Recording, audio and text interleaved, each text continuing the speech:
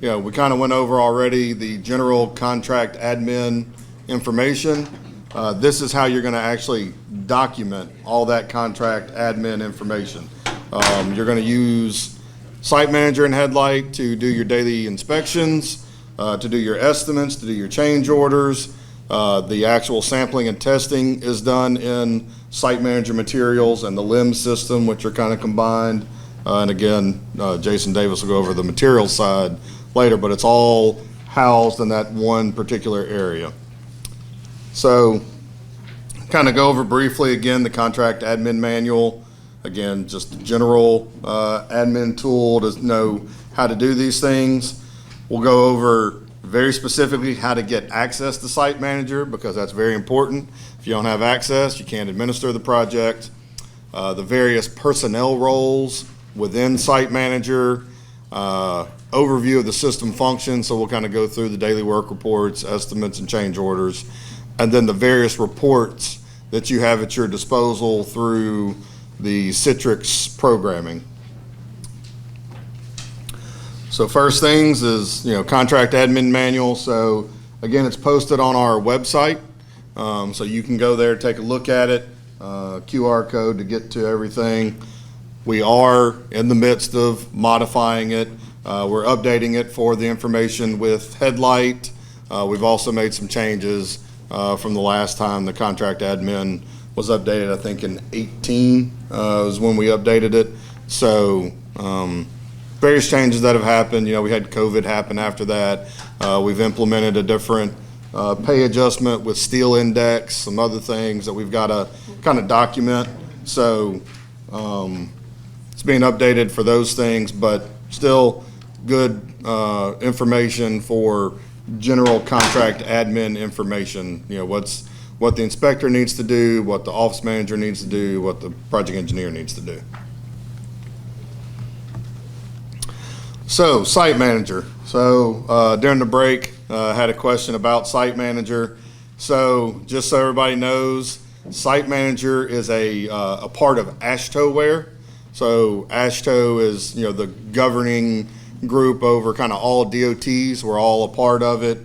We get together, we talk about the various issues we have. We try to combine things for specification, so we all kind of follow the same rules and regulations. But each state is different, right?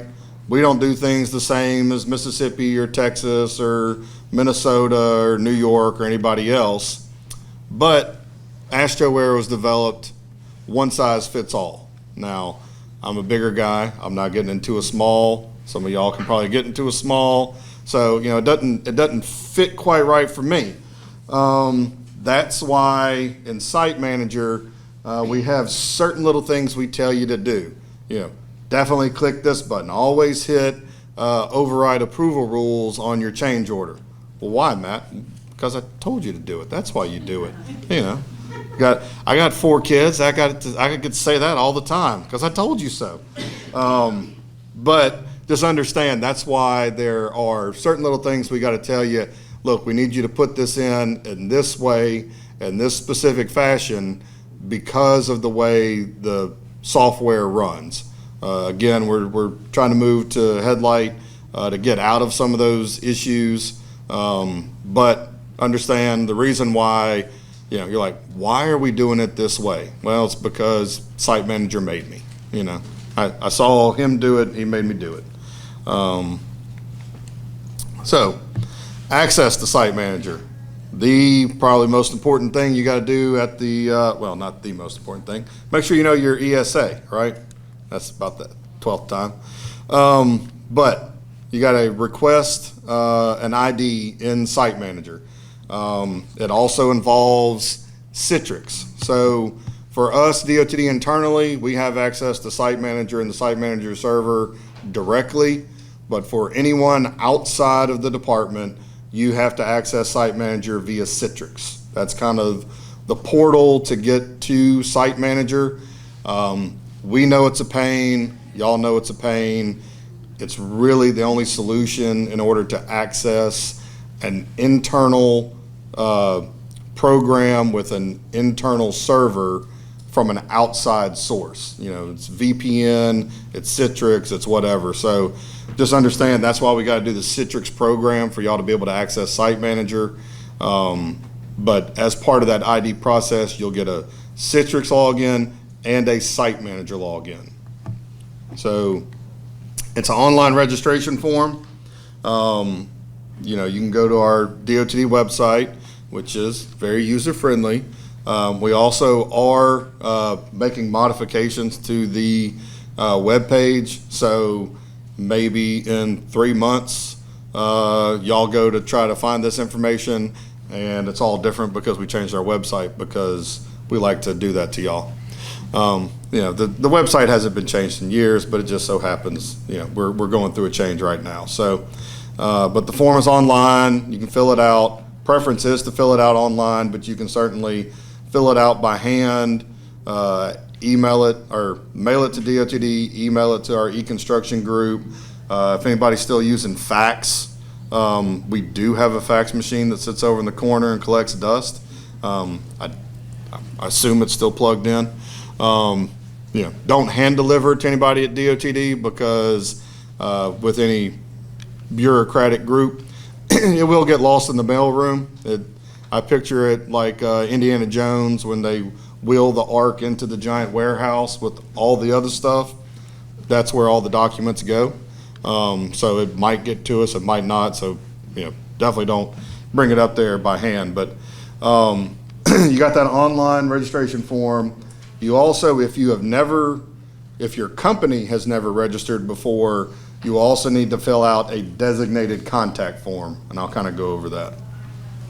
So, on our webpage, y'all saw this earlier, but you can go into business, working with DOTD, because you're working with us, not against us. And then you can come over here to construction services, and then at the bottom, which actually we now have a new line down here. I forgot what the link is right here beneath it. But you've got DOTD System Registration SiteManger. So this is where you're going to go to sign up, right? So it's going to take you to this nice form here. You'll fill out, you know, your name, your address, all the pertinent information. And then you're going to check what user roles you need. We'll kind of go over user roles in a minute. But generally speaking, for outside folks, you're either going to be inspector, office manager, project engineer, contractor, right? And the reason why y'all would be contractor is, again, y'all go into the system as the contractor, so you might need contractor access in order to approve, pay estimates, change orders, things like that, as the entity, right? So those are really the four that you're going to be checking off. Project supervisor, don't really need. Field test reviewer, you know, these sort of things. It's all, you know, dealing with sampling and testing, things like that. You know, check off the ones that you think. And then at the bottom of that form is this right here. Poor priority 1 services here, they get a lot of requests for new user IDs, because they're the first one in the drop down. Why we didn't put select here, I don't know. I'm not an IT person. But if you do not change this, when you submit this document, it's going to go to the designated contact for 1 priority services. They deny a lot of of registration requests. So make sure you're putting down your company, your entity, whatever the case may be.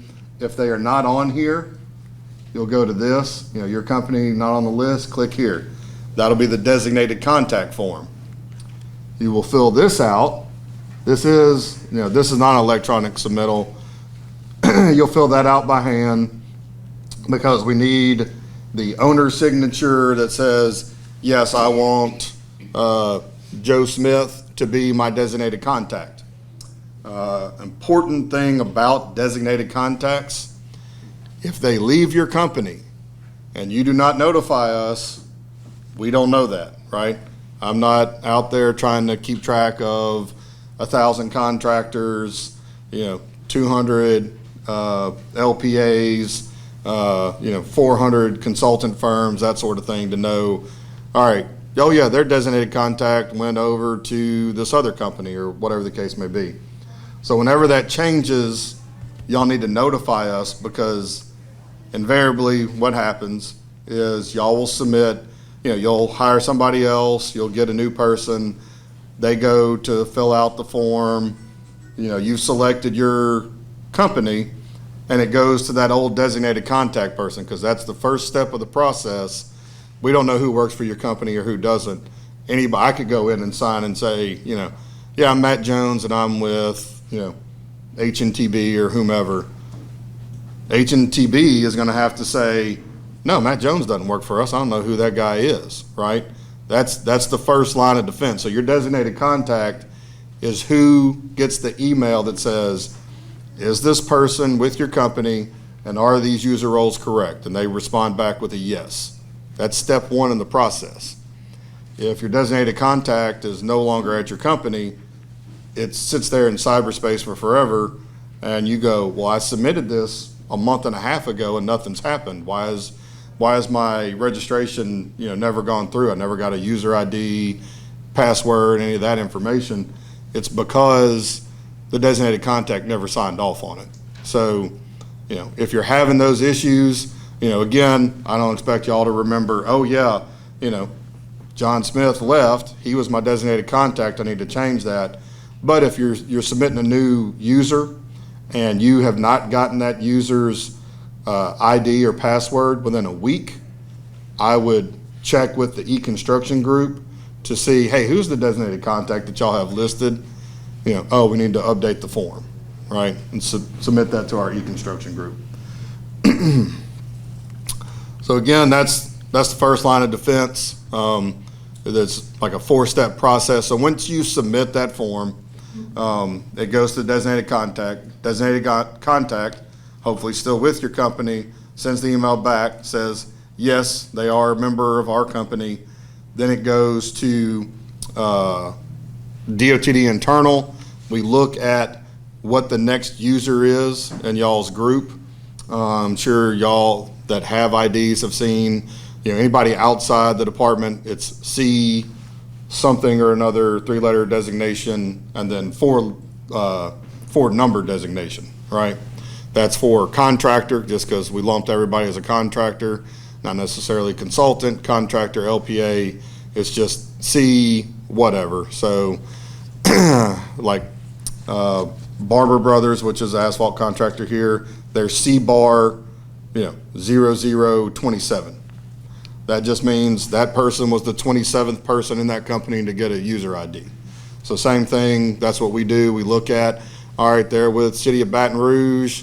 I don't know if it's CEBR or whatever it is, but CEBR, they'll be number 123, so 0123. We'll get that designation set up in the system. It goes over to OTS, which is outside of us. They're with Division of Administration. That's Office of Technological Services, again, acronyms. They create the domain account, which is the Citrix account, whatever you want to call it, domain, Citrix, they're interchangeable, however y'all want to call it. Then once they create that, comes back over to our e-construction group to create the SiteManger ID. Again, same user ID as whatever the domain account was. We'll set up the password for SiteManger, and then we'll sign off on that, and it will go back to the email address that you had put back in here, back here. So if you put your email address in wrong, it's also gonna not get to you. So again, make sure you're inputting all this information in correctly. But that's the steps to get your SiteManger account. It'll send you username and password for your domain account, your Citrix account. It's usually Republic, I think the year, and then an exclamation mark or something like that. When you first get it, you'll need to go in and change that password. Your initial SiteManger password is password, all caps, because we are super secure that way. But to access Citrix and get into SiteManger itself, you'll come in here to Employee Portal.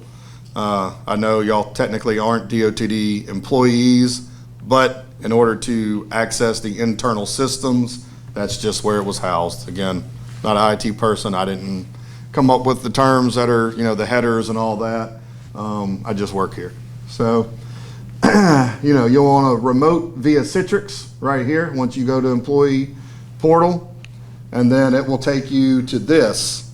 A lot of problems we see as well is you got to make sure your computer is set up with the correct version of Citrix. That is, I believe Citrix is Microsoft, I believe. But none of that stuff likes to play nice together. So you got to make sure you got the right version. Otherwise, when you try to log in, it'll say it doesn't recognize your domain user and password because you're using the wrong version.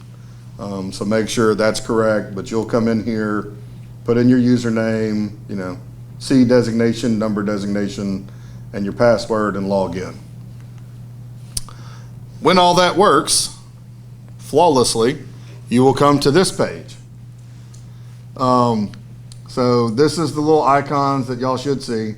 This is the SiteManger icon, and we've got two different remote report icons. This is where you'll go to the various SiteManger reports that are available to you. This is the actual documentation side. So you would double click on that, and it would take you to SiteManger. So some important things to remember: your Citrix password, your domain account. That expires every 90 days. So every 90 days, if you have not set up your account properly, so you can go into the Citrix account, set up some security questions, what street did you live on as a kid, what was your first dog's name, all that sort of stuff. It's got 3 questions so that you can unlock your own account. If for whatever reason you didn't get your password reset within the 90-day time frame, or if you tried to log in and it was the incorrect information and you need to unlock your account, you can go in, answer those questions, and it'll unlock your account. But remember, every 90 days, you've got to reset your Citrix password. And again, we're going to send you a password initially, but you've got to reset that password. SiteManger, it requires an initial password change as well. However, because we love y'all and SiteManger is our program and Citrix is not, we don't make y'all change the password for that. So you can set your password, you can set it and forget it, right? It's the little rotisserie thing. It does not expire, so you can set it to something that you will remember. Please don't keep it as password all caps, but something secure.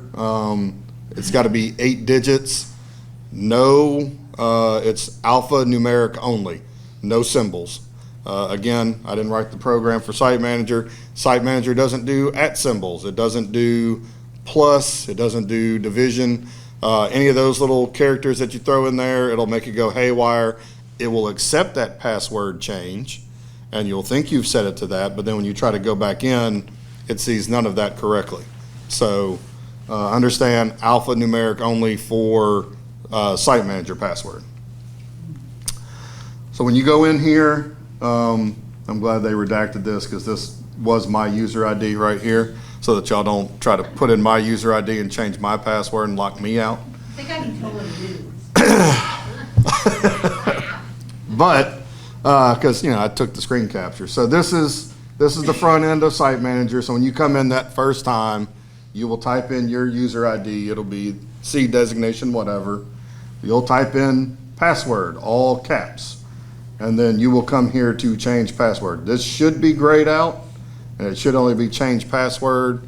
You'll select that, and then this little screen will pop up, and you will type back in password, all caps, and then you'll put in your new password and type it again to make sure it's correct. But do not use characters. I know, everything that y'all see today for password protection is use a longer password, use capitals, lowercase, numbers, symbols, all those things to be, IT protective. We don't do that with SiteManger. Again, it was created literally in the late 90s and nobody cared about that stuff. So it's still alphanumeric. Stick with that, 8 characters. All right, first question for this session. I don't remember where we were at. We're on Scallywags. Okay. So which one is not a method to submit a request for ID? D. Hand deliver form to headquarters. That is absolutely correct. So don't bring it up there. God only knows where it'll go to. Again, like I said, we got a fax machine somewhere up there. It'll print out, like a fax machine does. I hadn't heard that sound in a while, so not going to make it up here for y'all. We're being recorded.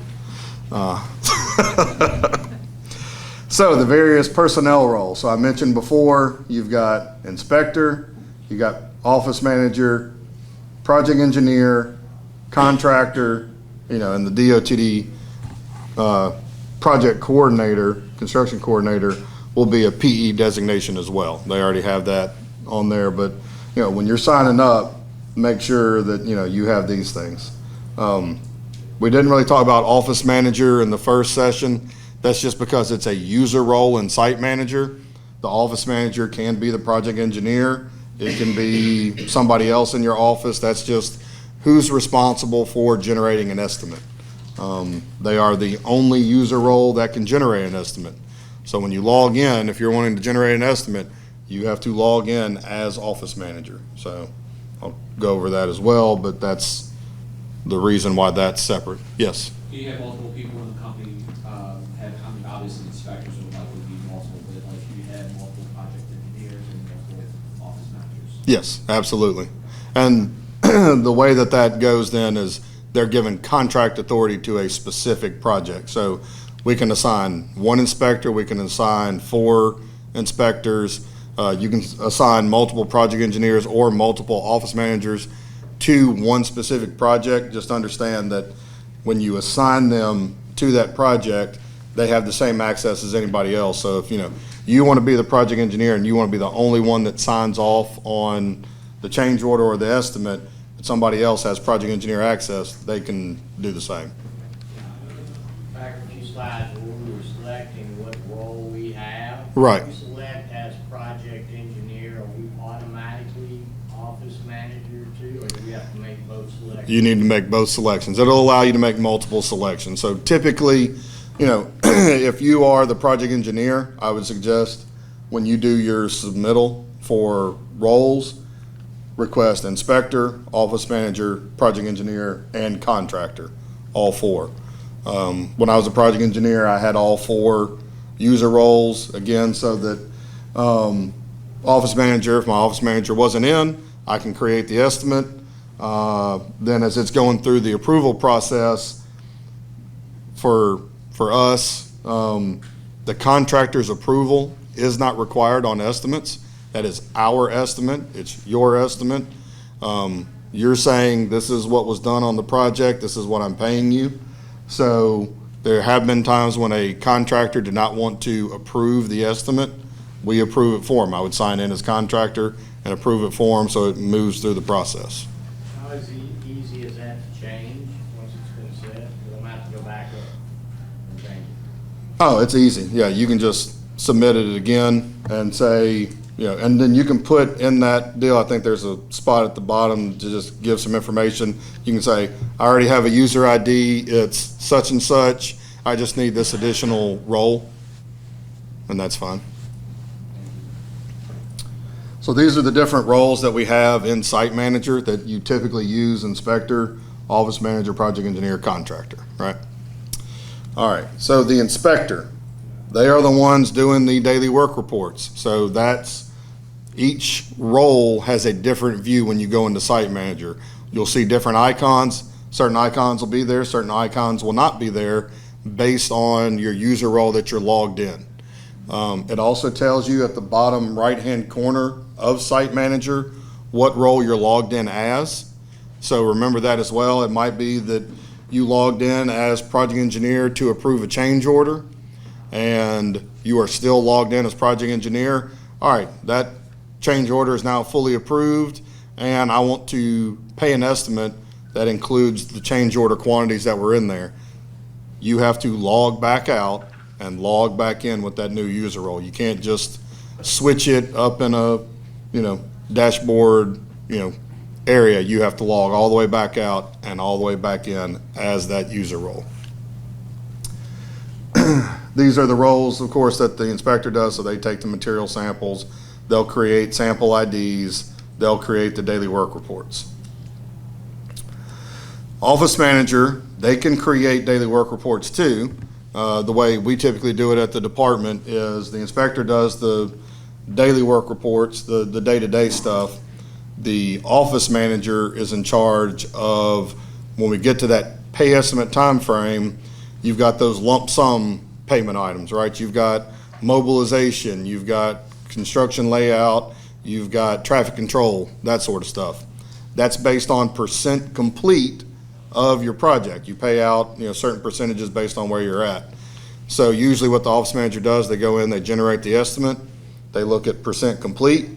If it meets any of those thresholds to pay those lump sums, kill the estimate, go back in, create a DWR with that item on there to pay them the extra 25%, 10%, whatever, that payment schedule shows. Create that daily work report, approve it, authorize the diary, then regenerate the estimate and it'll show up. So again, this is the only user role that can generate an estimate. So if you go in as project engineer, you go in as inspector, you go in as a contractor, you will not be able to generate an estimate at all. Again, I mentioned earlier this morning, if you are logged in as office manager, but the notice to proceed date has not been put into the contract, you will not be able to generate an estimate as well. It won't allow you to generate an estimate until that date is input into the system. So, yes. So you said that the office manager would typically go back in and create a daily work report for those lump sum items. First of all, can you have two daily work reports for the same date? Yes, absolutely. Then that would be good. So I'll get into that in a minute, but yes, there should be a daily work report separate for each inspector, each person that was on that job. So if you've got 3 people out there, there should be a separate daily work report for each person. There's one diary, and the diary pulls in all the daily work reports together. So that's the difference. I know a lot of people use them interchangeably, the diary, the daily work report.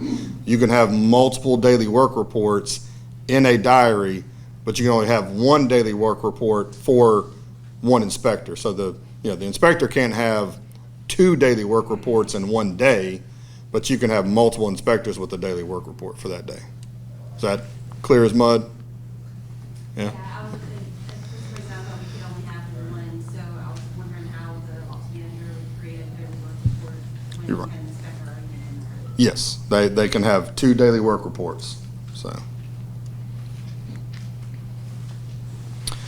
All right, the project engineer, again, as you saw, they can create daily work reports too, right? Just like inspector, just like office manager, they can authorize diaries, just like office manager and themselves.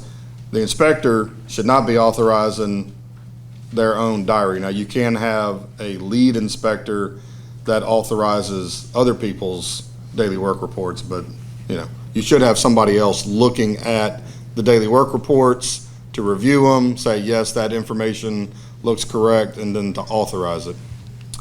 The PE can create and approve change orders. They're the ones that should be approving change orders, not an office manager, not an inspector.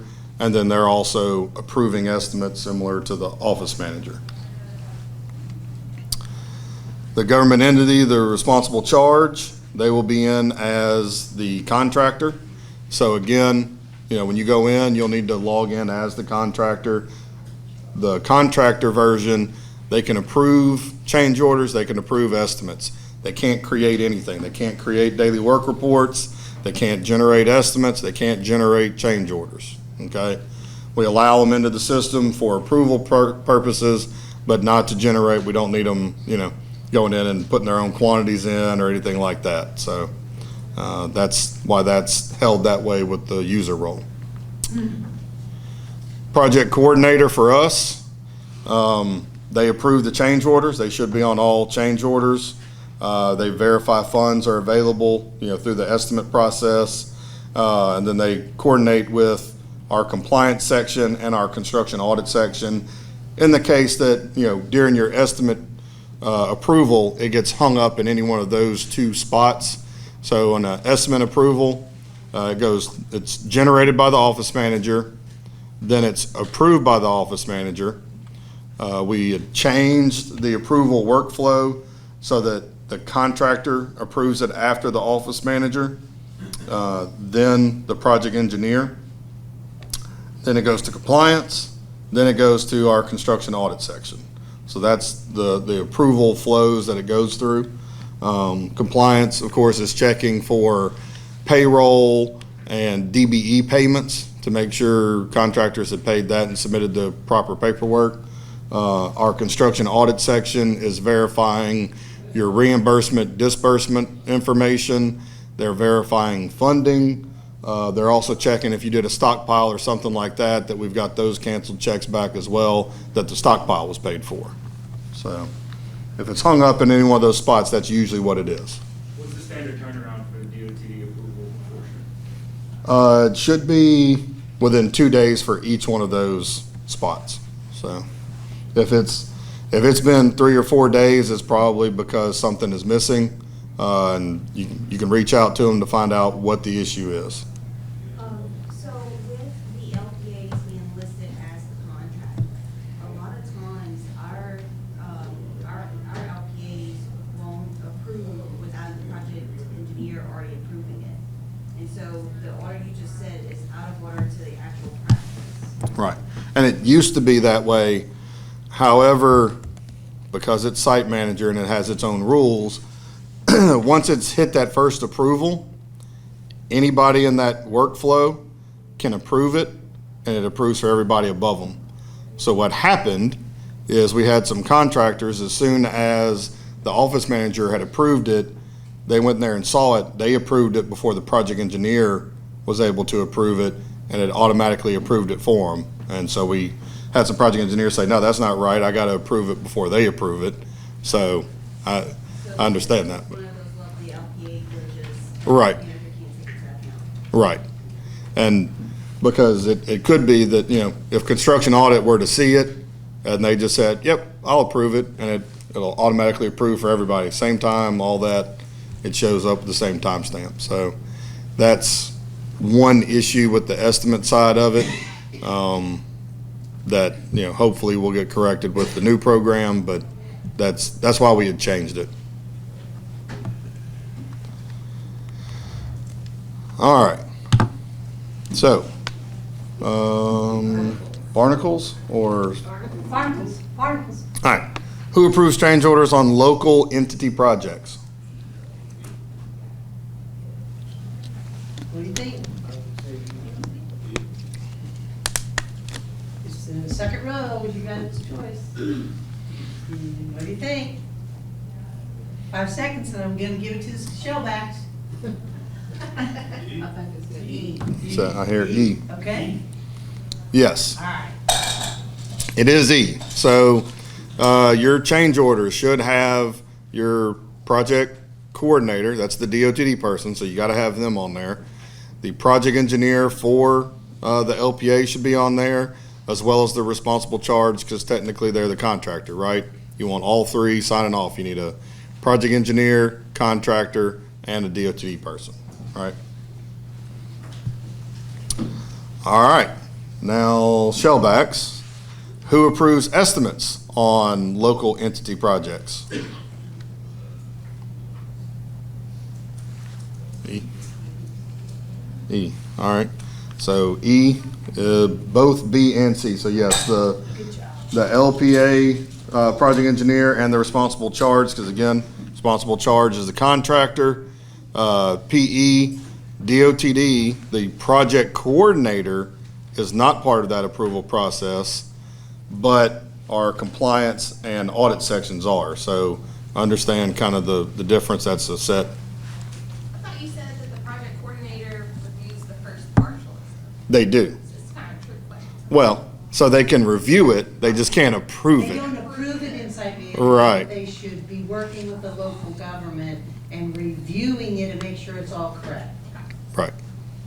They That- don't have an approval button in SiteManger for that first partial estimate. Because this is preset in the system itself. Change orders, you will select who the actual approvers are, so that's why it's a little different. All right.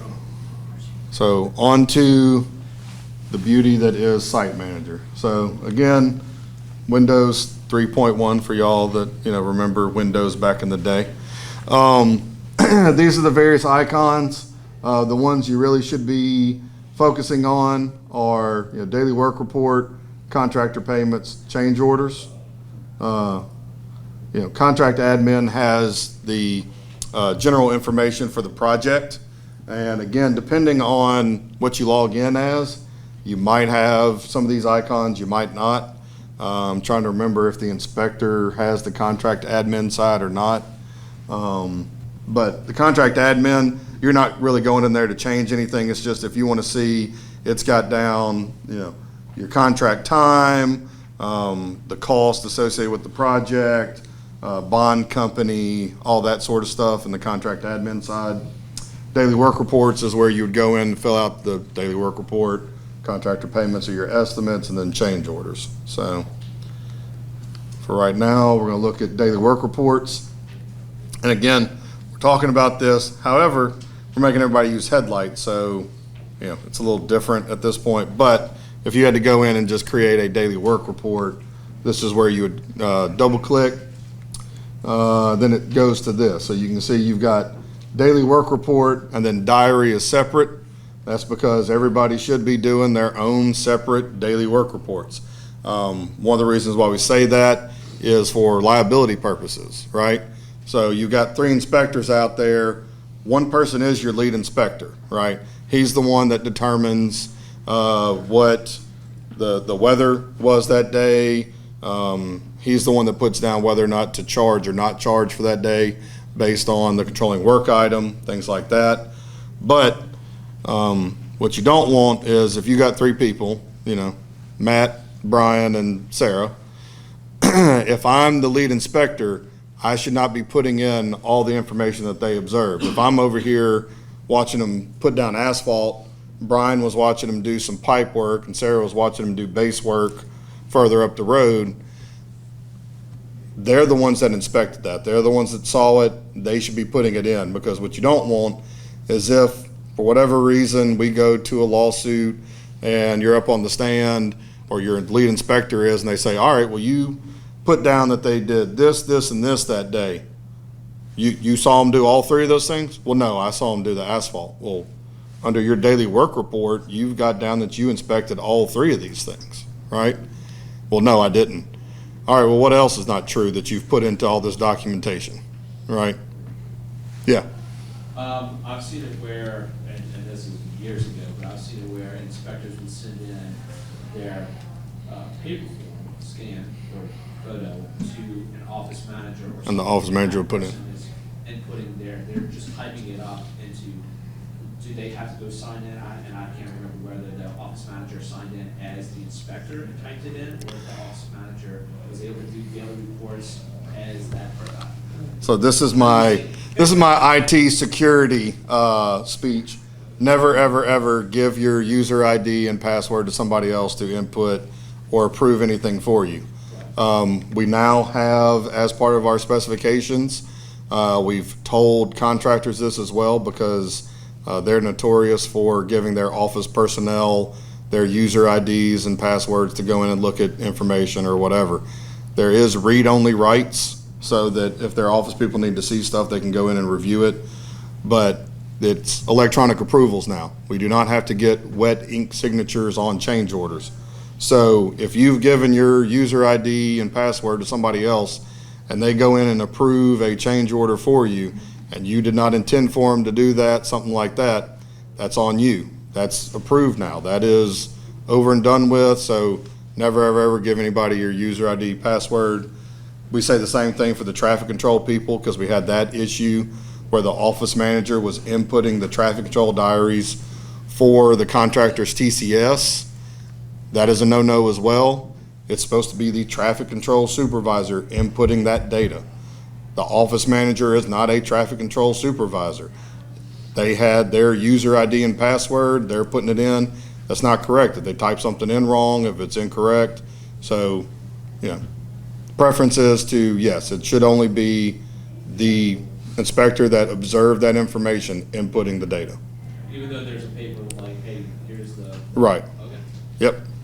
And at this point, we're doing everything electronically. It should be being done in HeadLight. So, hopefully Inspector 1, 2, and 3 each have an iPad. They're inputting their information, and it all gets rolled up into one diary. So here is what a daily work report looks like in SiteManger. Look away, look away. It's hideous. It'll have your, project number, the date, you can put in the temperature, all this sort of stuff. Again, this is one of my favorite things where, no work installed, check. Like normally it's work installed, yes. You don't have a negative with a check, right? So normally when you create a daily work report in SiteManger, all these things are checked off initially until you start inputting all these various tabs in, and then these checks go away. Again, counterintuitive, but it is. And then down here, this is where you'll actually put in all the documentation information. So because HeadLight comes back into SiteManger, the training that we do on HeadLight is you have to put it in this same format. So there's a tag associated with each one of these comment areas for work report. So in HeadLight, you would tag, work hours, then you would type in what the work hours were. General remarks, you would, tag that and then put in your information for general remarks. There are several listed on here. Those actually are pretty self-explanatory. The primary inspector, what it's looking for is yes or no, Y or N. You can do either one. And that's because the report that gets pulled into our diary report pulls the primary inspector's weather information as well as their charge information, whether or not they are recommending to charge a day or not charge a day. And then the adverse, what the adverse weather was. It pulls in all that information from the primary inspector's information. All right. So, is it shellbacks or no? It is. Urchins? Urchin's turn. All right. So you got the easy one, right? What remarks should not be included in daily work reports?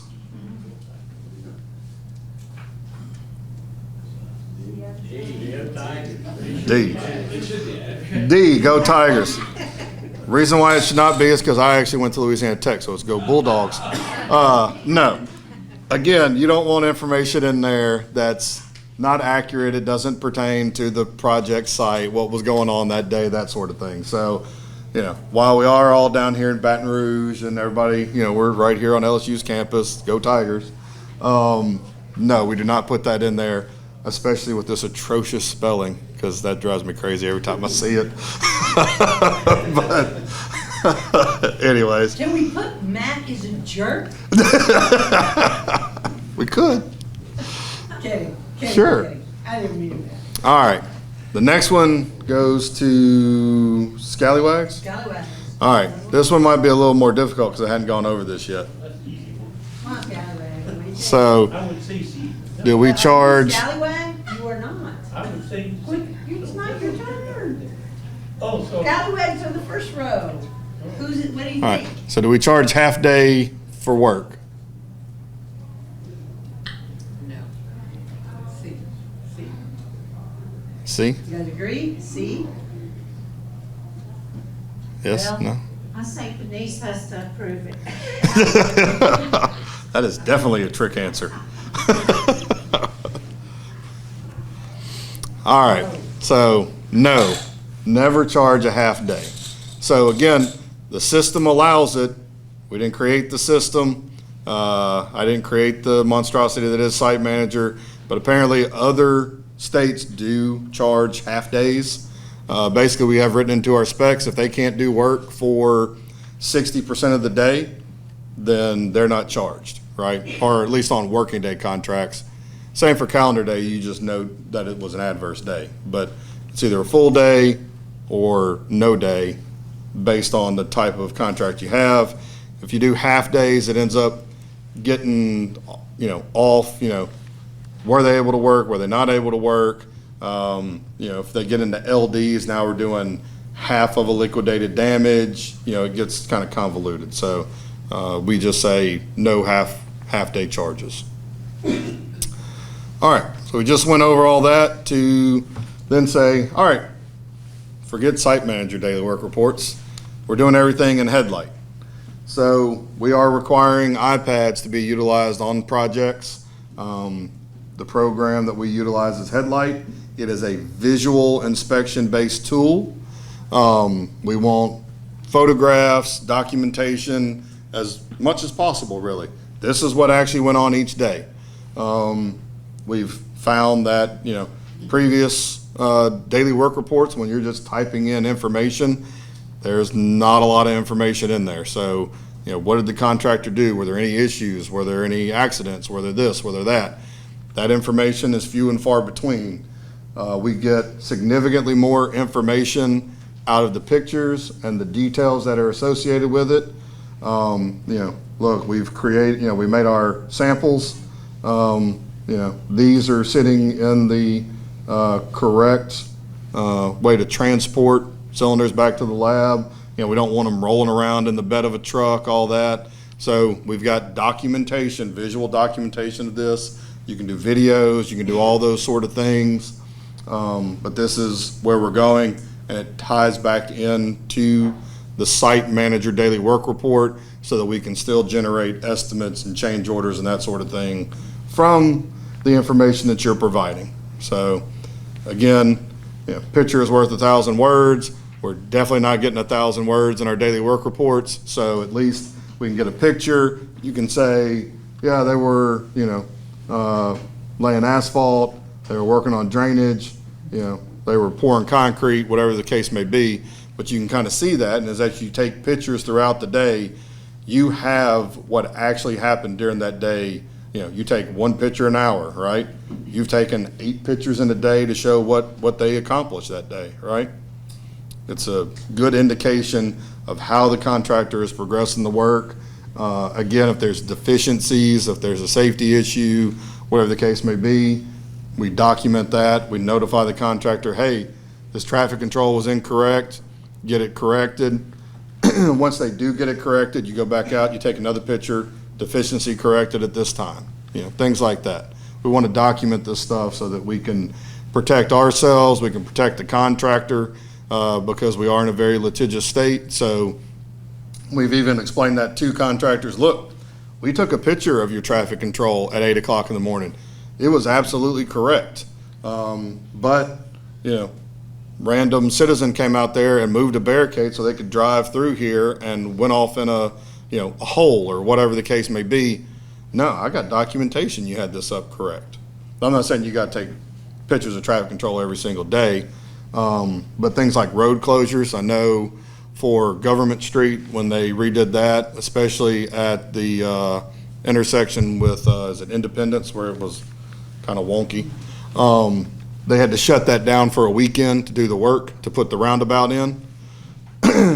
They put up barricades, and we informed the inspectors, go take pictures of everything that's up so that we can show, because invariably somebody's going to drive through there and go, why they got this road closed? There's no work going on. If it's at night, they had it closed for the weekend, but they might not be working at 10 o'clock at night. They'll move the barricades, they'll drive through. We had one on an off-system bridge. They moved the barricade and they tried to Dukes a hazard the open hole that was in the bridge. And they had to pull the vehicle from the water. So it happens. But if we've got that documentation up, no, these things were in place.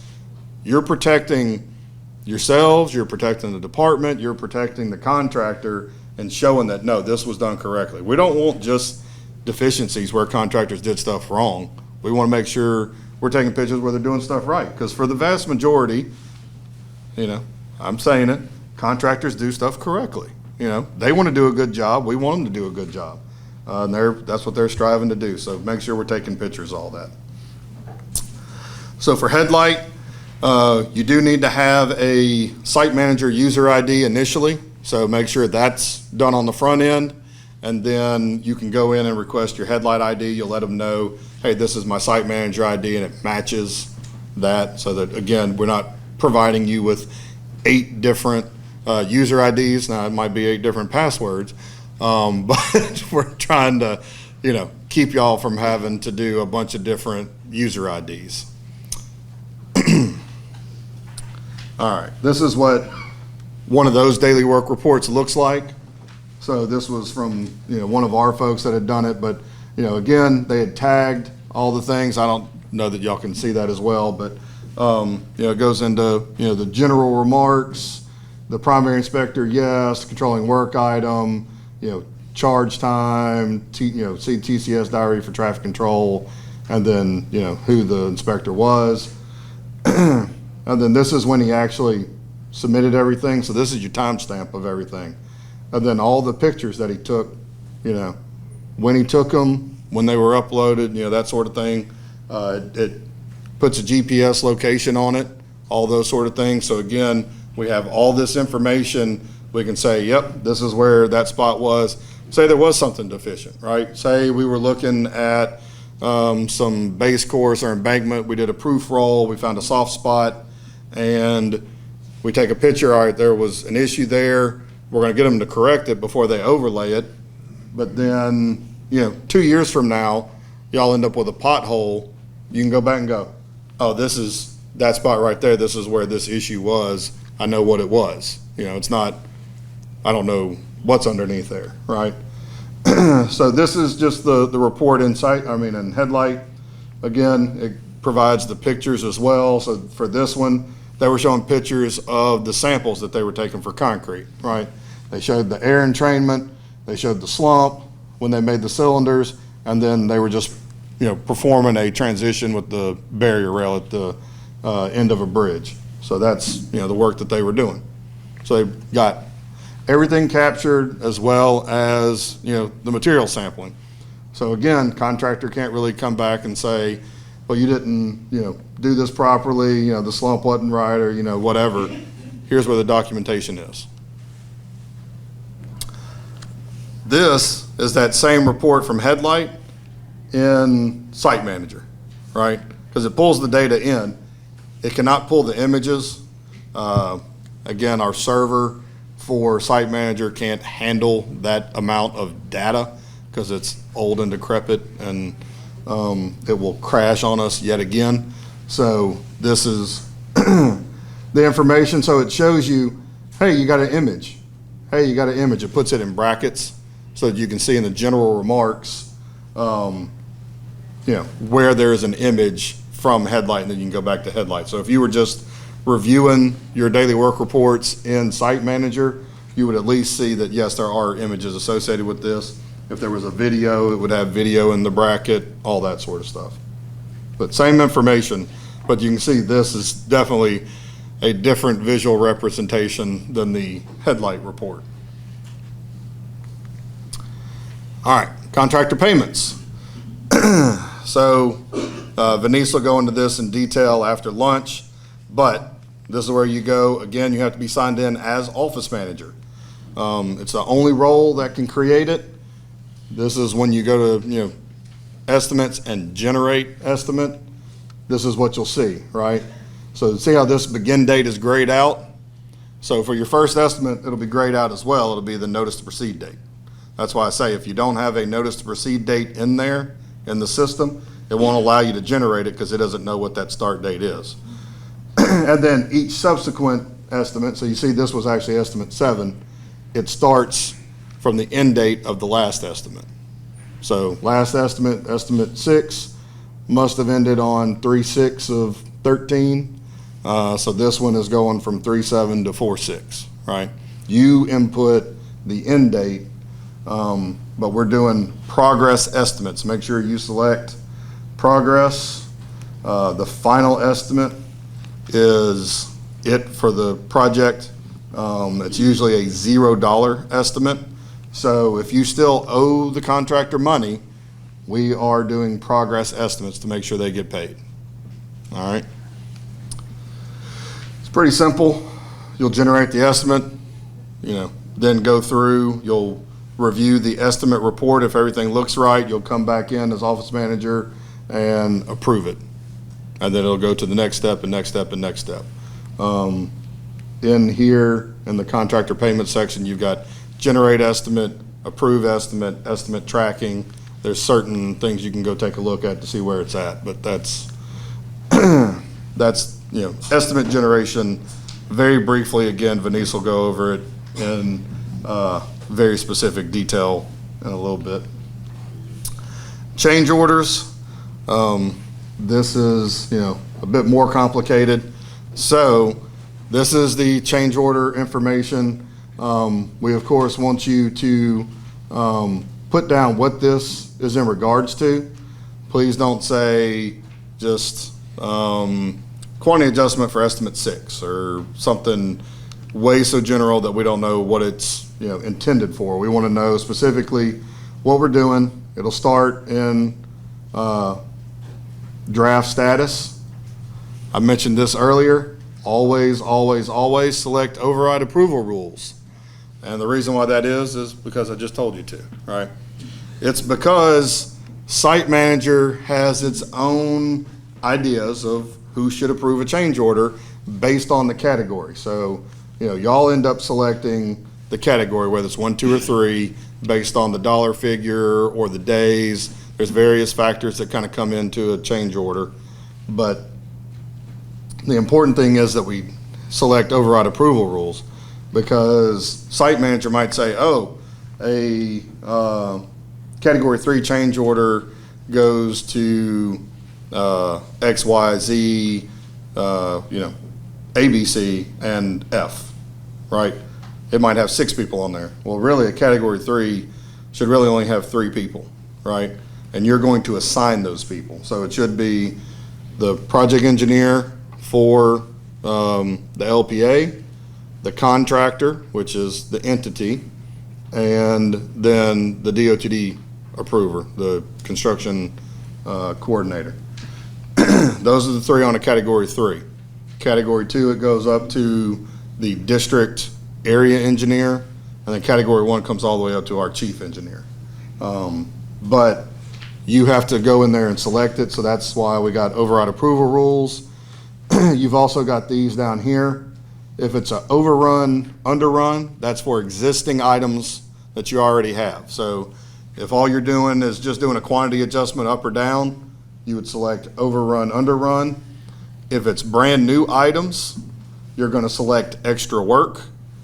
And then if there's a time adjustment associated with it, make sure you select time adjustment. If you're adding 5 days, 10 days, 30 days, whatever the case may be, make sure you select time adjustment. I will say we very rarely, I don't think we ever really use force account. If it's a force account, we just show it as extra work and then we track it as force account. Again, SiteManger has its own ideas of what needs to be tracked for force account. And we try not to do that. That we actually track by hand. We track the labor, equipment, material cost, and then we just come in with the extra work and say, this is what we owe the contractor. Never, ever, ever, ever also do not select this final quantity. What that does is it locks that quantity down. So if you came in there, say you're doing your final change order, right? At the end of the project, it's still an overrun, underrun. You're just getting quantities correct. If you do a final quantity change order, it locks every one of those quantities down so that it can't be changed. So when it goes to audit, say you selected final quantity and somewhere along the line we messed up on a pay adjustment. Fuel and asphalt pay adjustments are typically where we see most of the errors in audit. So if you have selected final quantity and fuel and asphalt adjustment is on that change order, you have locked that down. We have to actually go in to try to create a new change or new item altogether to make any modifications because everything's locked down. So do not do final quantity change order. But this is where you just put the general information. Then you would go in if you've got, again, new items or existing items, you'll go to this tab, time adjustments, you'll put that in, and then explanation is exactly that. You'll go into the change order. My recommendation is to utilize Word, because if any of y'all have ever looked at SiteManger, you get a box about like that to type in all the information for the explanation. You can't make it wider, you can't make it longer. It's just that one little window you get. Again, I didn't develop it, doesn't make a lot of sense. So my recommendation is to use Word. I use a Word document.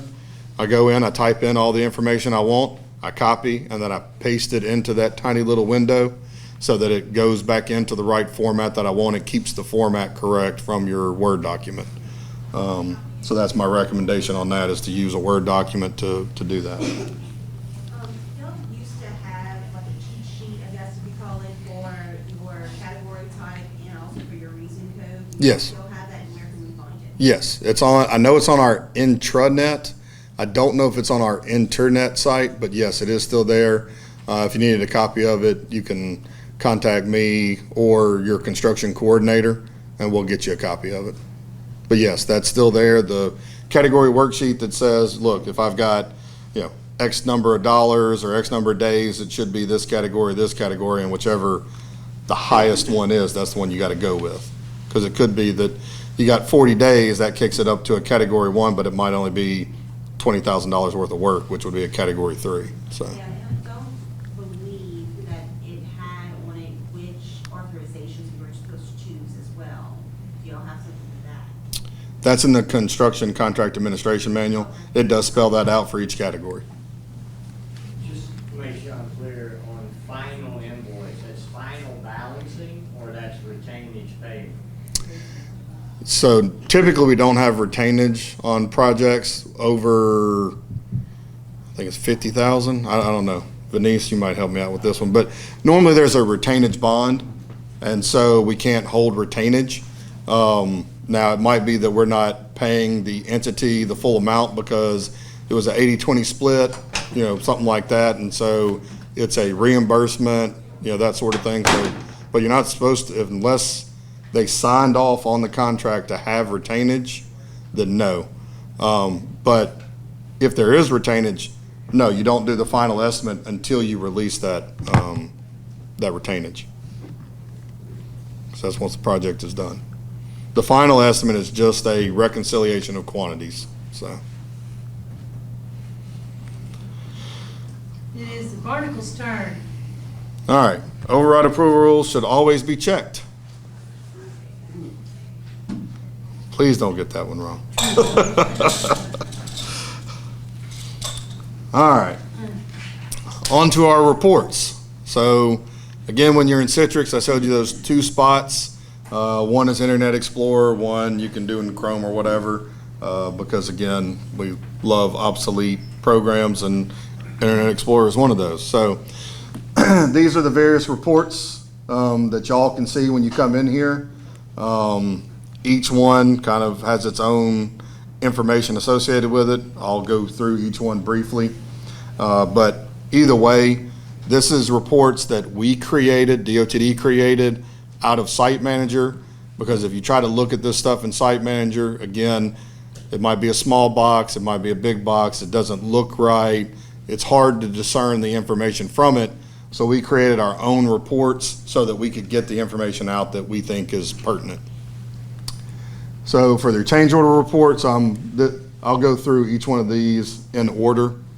So the change order report is just that. So when you go in to create a change order, and you've got it in draft and you put all that information in, the header information, the items, the explanations, the time adjustments, all that, it shows all that information as well as the approval status. So if you still got it in draft, if you've got it pending, if it's already approved, it'll show you all that information, shows the signature lines. Again, at this point, we're doing electronic approvals, so you don't have to go back and get those inked signatures for change orders. The electronic approval is the approval.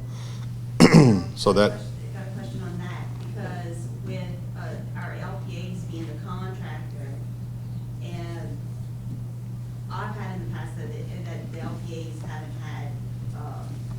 gotten into SiteManger, that they have requested that I sign in on their spot for them. And so if that's the case, then in the past, what I've done is come and run the report and had them do it a wet signature, where that way I had it in my file that they did actually approve it before I electronically signed for it. yeah, and you can do that. And that's, honestly, that's what you're supposed to do for the change order itself for contractors. I mentioned that before. Once you get it where you're ready to put it in pending, you should send it to the actual prime contractor for him to sign, and then that would be one of the attachments in the change order itself, is that the actual prime did say, yes, I'm good with the cost, the time, the compensation associated with the change order.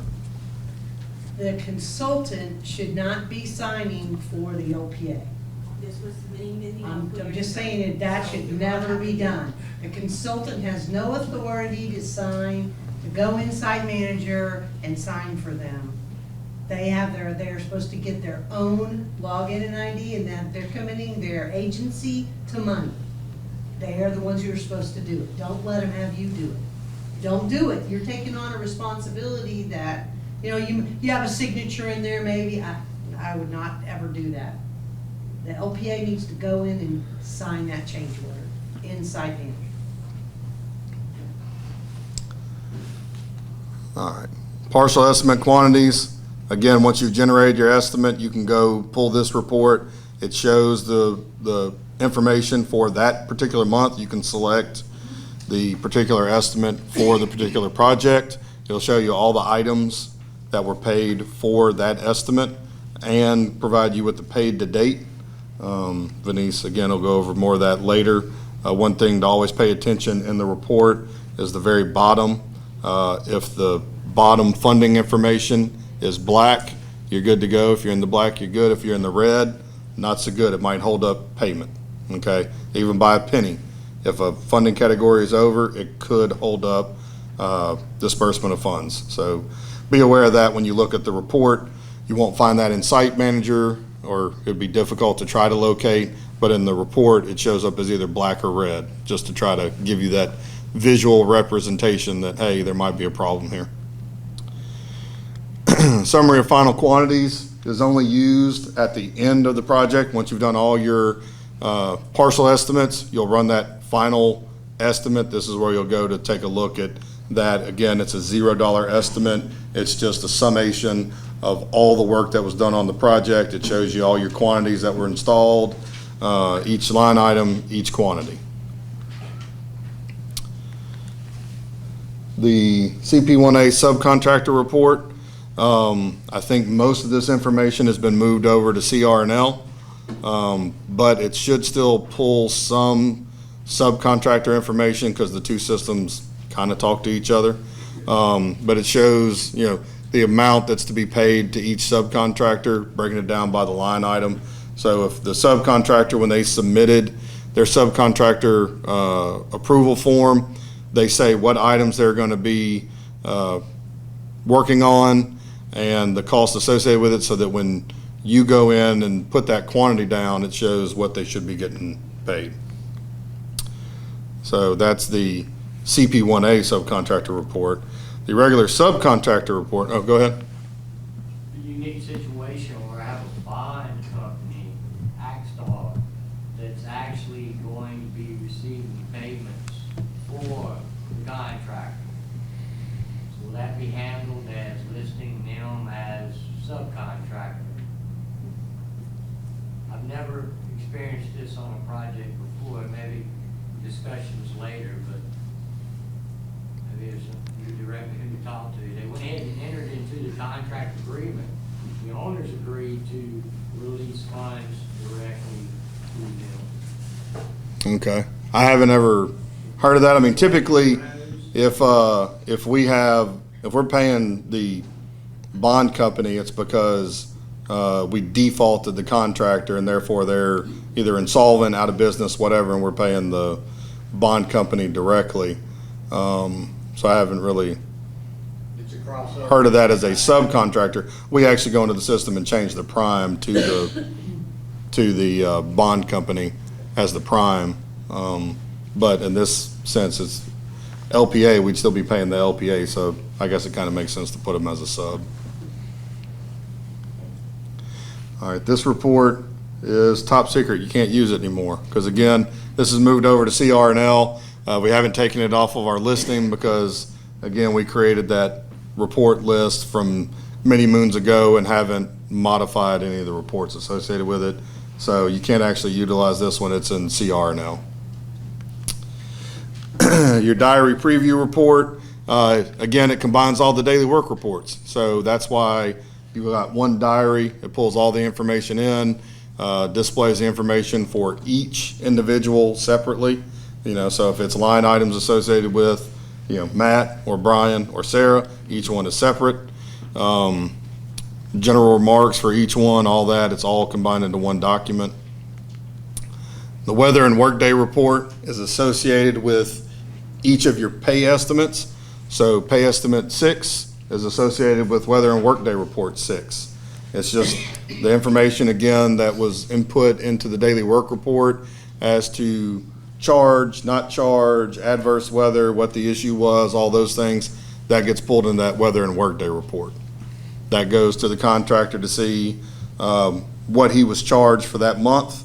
Then he has a time frame to, you know, I guess, request that, no, I think, it, you know, if you charge 24 days during that month, he says, no, I think it should be 20 based on whatever. Y'all can discuss that, but that's why that report's there, so that they can see what they're being charged each month associated with the pay estimate. Contract item list, it's just that item list of every contract item that's on the project with the associated unit price, you know, bid quantities, approved quantity, all that. It's all listed out.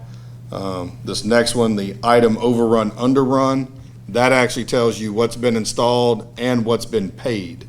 So it's got all the items listed. Talking in both microphones.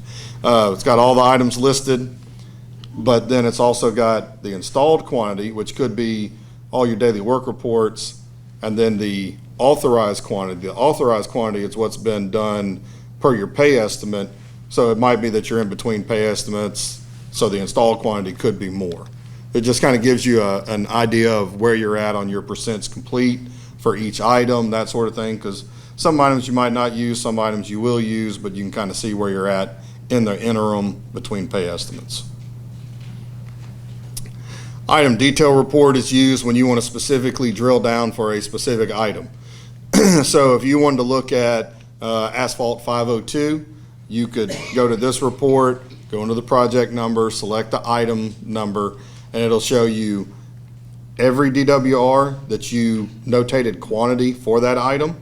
It'll show you each pay estimate that it was paid on and any change orders that either created the item or increased the item, decreased the item, that sort of thing.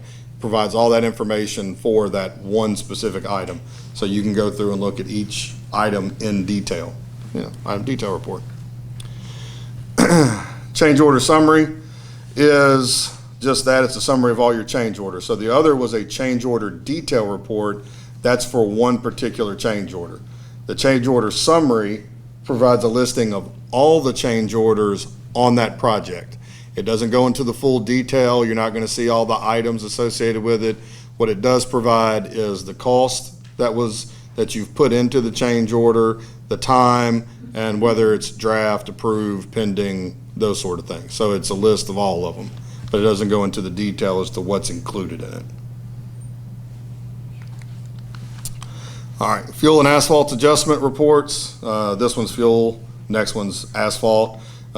This is just where you can go to calculate what that is for each month based on your quantities, based on, for asphalt, PG grade of your mix. For fuel, it might be, we got a fuel adjustment for embankment, for concrete, for asphalt, for all these different things based on certain amount of quantities. That should be in your contract. You got to go and take a look at it, but this is just a report to try to, figure out what those adjustments are so you can include it on the pay estimate.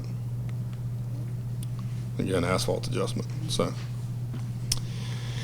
stockpile material report. So if you have decided to stockpile material for this particular project, contractor requested it, y'all agreed to it, this is where that information shows up. There is information, there's a manual to go through. For stockpile, it is a little difficult to go through in SiteManger to do stockpile, but this is where that information shows up. The one thing I will say with stockpile is if you are doing stockpile, you got an initial invoice, then you get a second invoice, third invoice for the same type of material. Make sure you're replenishing the first stockpile and not creating a new stockpile. That's one of the biggest issues we see with stockpile payments is, if we're stockpiling stone, for instance, and it's for Class 2 base course stone, they sent you one invoice and you set up the stockpile, then they sent you another invoice. If you set up another stockpile for that same item, when you go to put the quantity in on your daily work report, it's going to pull from both stockpiles at the same time. That's why you've got to replenish the one that was already created so that it just pulls the quantity correctly throughout the whole item, because if you create multiple stockpiles for the same item, it's going to pull them all at the same time. But this is a listing of that. It shows the invoice number that you put in, how much you paid them and on which estimate, and then where you started taking that money back, because again, it deducts it automatically from the pay estimate when you start putting in those quantities. Traffic control logbook. This one is now obsolete as well as this traffic control log entries. We've created, it used to be in this system, but in the interim, we have gotten OTS to create a new traffic control system, so it is separate. You go into our internet page and go to the construction web page to find the traffic control information. That's where the contractors access it, that's where you'll access it. Partial estimate verification, it's just a record of, the approved dollar figures for your project. So, it's the project costs associated with each funding category. And then the last one is the construction document upload. I'm sure some of y'all have had issues with this if y'all have used it, consultants. When we when we started utilizing FileNet instead of Content Manager, it got rid of everybody's user authority for that program for Content Manager, mine included, as well as all contractors and consultants, so nobody could see the attachments that were associated with your change orders. But this is where you upload those attachments for change orders. So if you're unable to upload the documents, please let us know. We'll get you access to FileNet, because you do have to regain access to FileNet in order to upload documents so that you can then pull that URL information into your change order attachment. Shellback. Shellbacks? Yep. All right. So, went through all that very quickly. Which elements are shown on a change order report?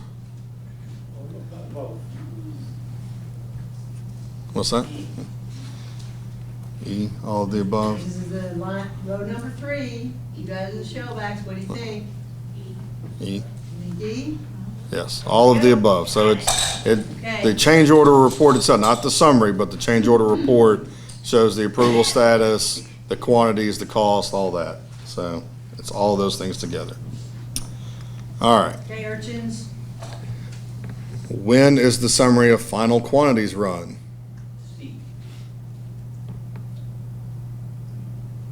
well, this is the last row. You urchins, what do you think back there? I'm hearing C, is that what you guys want to answer?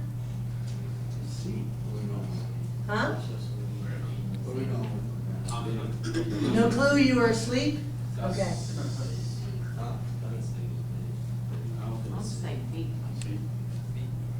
We got B and C, and Back row, what do you think? Well, final answer, or I'm gonna give it to the shellbacks. B. Okay, they said B? B. B, after project completion. So, Threaten them with the shellbacks. yeah. All right.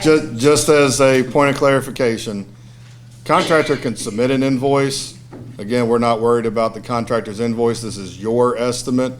Y'all are the ones that dictate, what people are getting paid. Yes, I think you did that work. No, maybe they did it poorly, it was deficient, it was whatever, I'm not paying for it. So they might think, yeah, I should get paid X, and you think Y. That's y'all's estimate. So. All right, last thing, this is just some references for SiteManger resources on, LPA website, has some tutorials, that sort of thing. If you have issues with SiteManger, e-construction related, anything like that, utilize this email address, DOTD, SiteManagerAdmin@la.gov. That's who can help you out. If you're locked out of your user ID, if you're locked out of your account, if you are wanting to know where your account is, you submitted, 2 weeks ago, where is it? This is who you contact.